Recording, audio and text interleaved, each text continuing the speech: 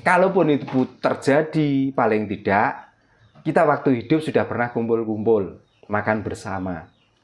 Yang kita inginkan dan kita syariatkan di situ adalah keindahan.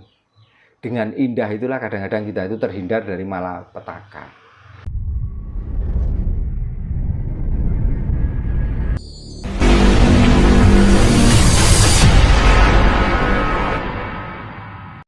Perbuatan ini disukai oleh Tuhan, tapi belum tentu disukai oleh manusia, tapi belum tentu disukai oleh Tuhan.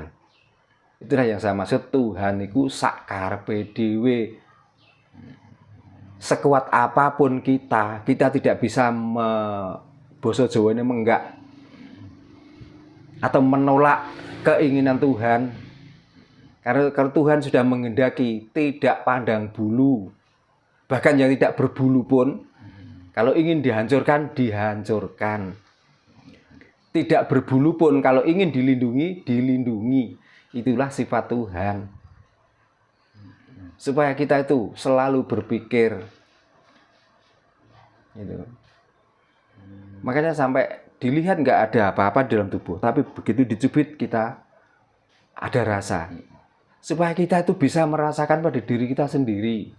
Seandainya orang yang tidak sejalan dengan saya, terus saya bully, saya kata-katain, itu seumpama saya, gimana perasaan saya? Supaya bisa berpikir.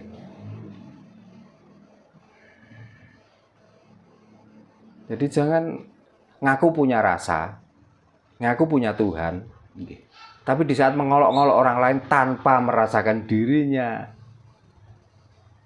tanpa dia bisa mengembalikan seandainya saya. Di saat bicara seperti itu, walaupun yang saya sampaikan itu kebenaran, terus saya diolok-olok, bagaimana rasanya? Gitu loh. Apakah kebenaran itu hanya bisa diucapkan, tapi kebenaran kan mestinya perilaku. Harus dibuktikan. Harus dibuktikan. Kalau yang dibicarakan membicarakan tentang kebenaran, tapi perilakunya di perilaku yang salah. Kan itu namanya orang sudah tahu sarak tapi wani nerak. Karena kehilangan rasa. Maka percayalah bahwa Tuhan itu sifatnya sakarepe dhewe, supaya kita tuh berpikir dan bisa merasakan. Menurut pemahaman orang Jawa bahwa Tuhan itu kan nyata nggih Pak nggih, bukan intinya kalau Tuhan itu nyata, manusia bisa mendikte Tuhan. Mendikte. Nah kenapa nggak bisa? Kan dari awal-awal sudah sering saya sampaikan toh. Mendikte tadi ya. Mendikte itu artinya ngetes sampai di mana Tuhan itu. Betul. Esanya. Waktu dulu belum ada PDAM, waktu sungai kekeringan, waktu sumber itu sulit, apa yang dilakukan orang-orang waktu itu? Tanah yang melata digali untuk mencari sumber. Kalaupun nggak mendapatkan, dia akan beralih ke tanah yang lain, digali lagi. Apa yang diinginkan? Supaya dia mendapatkan air sumber. Nah, dari mana air sumber itu? Bukannya dari Tuhan? Nah, untuk apa? Ya untuk mencukupi kebutuhan, ya minum, mandi, dan lain sebagainya. Apakah menggali sumur itu bukan cara mendikte Tuhan? Kenapa kalau kepengen punya jagung banyak kok enggak yang ada saja langsung dimakan? Kok harus ditanam dulu, harus dipupuk? Supaya apa? Supaya bisa menghasilkan yang lebih banyak biji. Apakah bukan itu cara mendikte Tuhan? Kalaupun kita sudah percaya Tuhan, kenapa nggak ditanam terus ditinggal, nggak usah dipupuk, nggak usah dicangkul? Nah, mencangkul, mempupuk itulah cara mendikte Tuhan.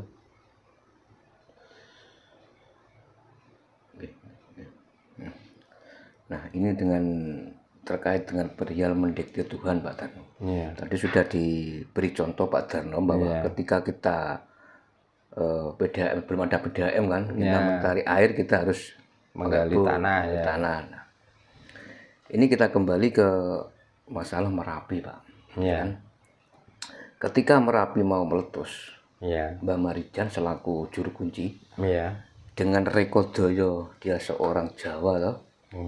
Dia meyakini bahwa Merapi tidak akan meletus dalam waktu dekat. Iya. Saking dia percayanya, gitu, dengan Tuhannya sendiri mungkin Pak Darno, Iya. sampai dia nggak berani, nggak mau untuk diungsikan. Iya. Berarti intinya kayak Mbah Marijan itu gagal. Beliau itu mendikte Tuhan. Kenapa Merapi sampai meletus, Pak Darno? Bukan gagal, dia menantang Tuhan. Tanda-tanda sudah ada. Bahkan lavanya itu membunuh. Tapi kenapa dia kok tetap tidak mau diungsikan dan tetap di situ? Untung Mbah Marijan itu mati. Kalau hidup coba jadi apa? Malah lebih sombong, malah lebih takabur. Malah dia berpunya prasangka yang aneh-aneh pada Tuhan. Manusia tuh gini loh. Ya karena kita itu hidup juga, kita itu nggak pesen. Hidup itu tiba-tiba. Rawatlah hidupmu. Tapi percaya di dalam hidup kamu akan mati. Lah mati itu nanti jalannya lewat apa? Makanya di saat ada alam ini yang kira-kira itu menakutkan. Dan itu adalah sumber kematian. Maka kita menghindar, itulah satunya ikhtiar. Nah, ini mengulas tentang waktu bancaan. Ya. Ada yang ngomong, wis pokoknya macam-macam lah yang ngomong. Tapi itu kan salah satu ikhtiar. Karena apa? Alam ini sudah mempunyai kode, memberikan kode. Lah kita tuh supaya terhindar dari kode itu, bagaimana caranya? Kalau saya yang mending bancaan itu, maksud saya bagaimana? Maksud saya begini, seandainya alam itu jadi murka, kan kita sudah pernah ngumpul-ngumpul makan-makan. Kan begitu. Ya intinya karena kalau kita mati sudah nggak bisa kumpul lagi, sudah nggak bisa makan lagi. Makanya setelah kumpul-kumpul dan makan-makan kita, yang kita doakan apa? Yang kita doakan di situ supaya kita semua itu selamat. Kalaupun toh alam ini murka, supaya nggak mengenai orang-orang yang kumpul di situ, orang-orang yang makan-makan di situ. Itu cuman permintaan. Saya kan juga nggak memastikan waktu itu. Kalau begini pasti alam tidak akan murka dan tidak akan mengenai kita. Kan enggak, ini kan salah satu bukti rekayasa kita atau cara kita untuk menolak kode alam itu. Kalaupun itu terjadi, paling tidak kita waktu hidup sudah pernah kumpul-kumpul, makan bersama.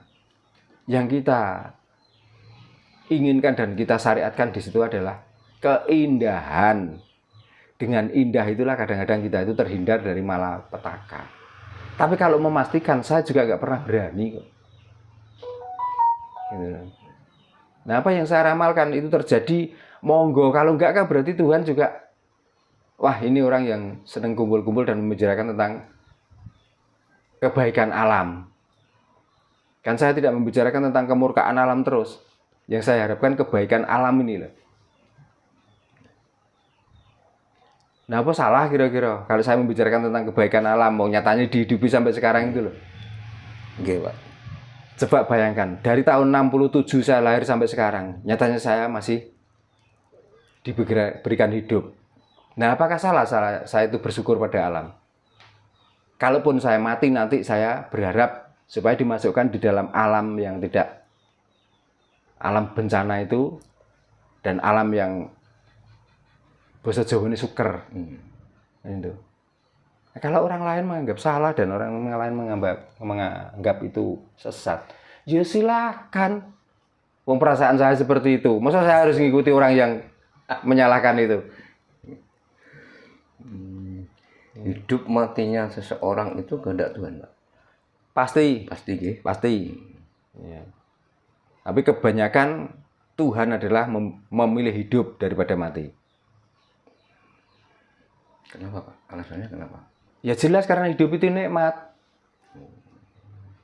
Makanya siapapun orangnya, setebal apapun imannya, dikala orang itu sudah mendekati ajalnya, berbagai cara untuk apa? untuk supaya kita awet hidup, diobatkan ke dokter. Pak Bayan kemarin di dalam hatinya sudah sedikit banyak tertanam bahwa hidup dan mati adalah sudah kehendaknya. Tapi di saat kena panas pilek, apa yang terjadi? Saya nggak tahu langsung, tapi sambatnya ngaruh. Yang dibutuhkan apa? Sehat dan hidup, toh, supaya awet hidup.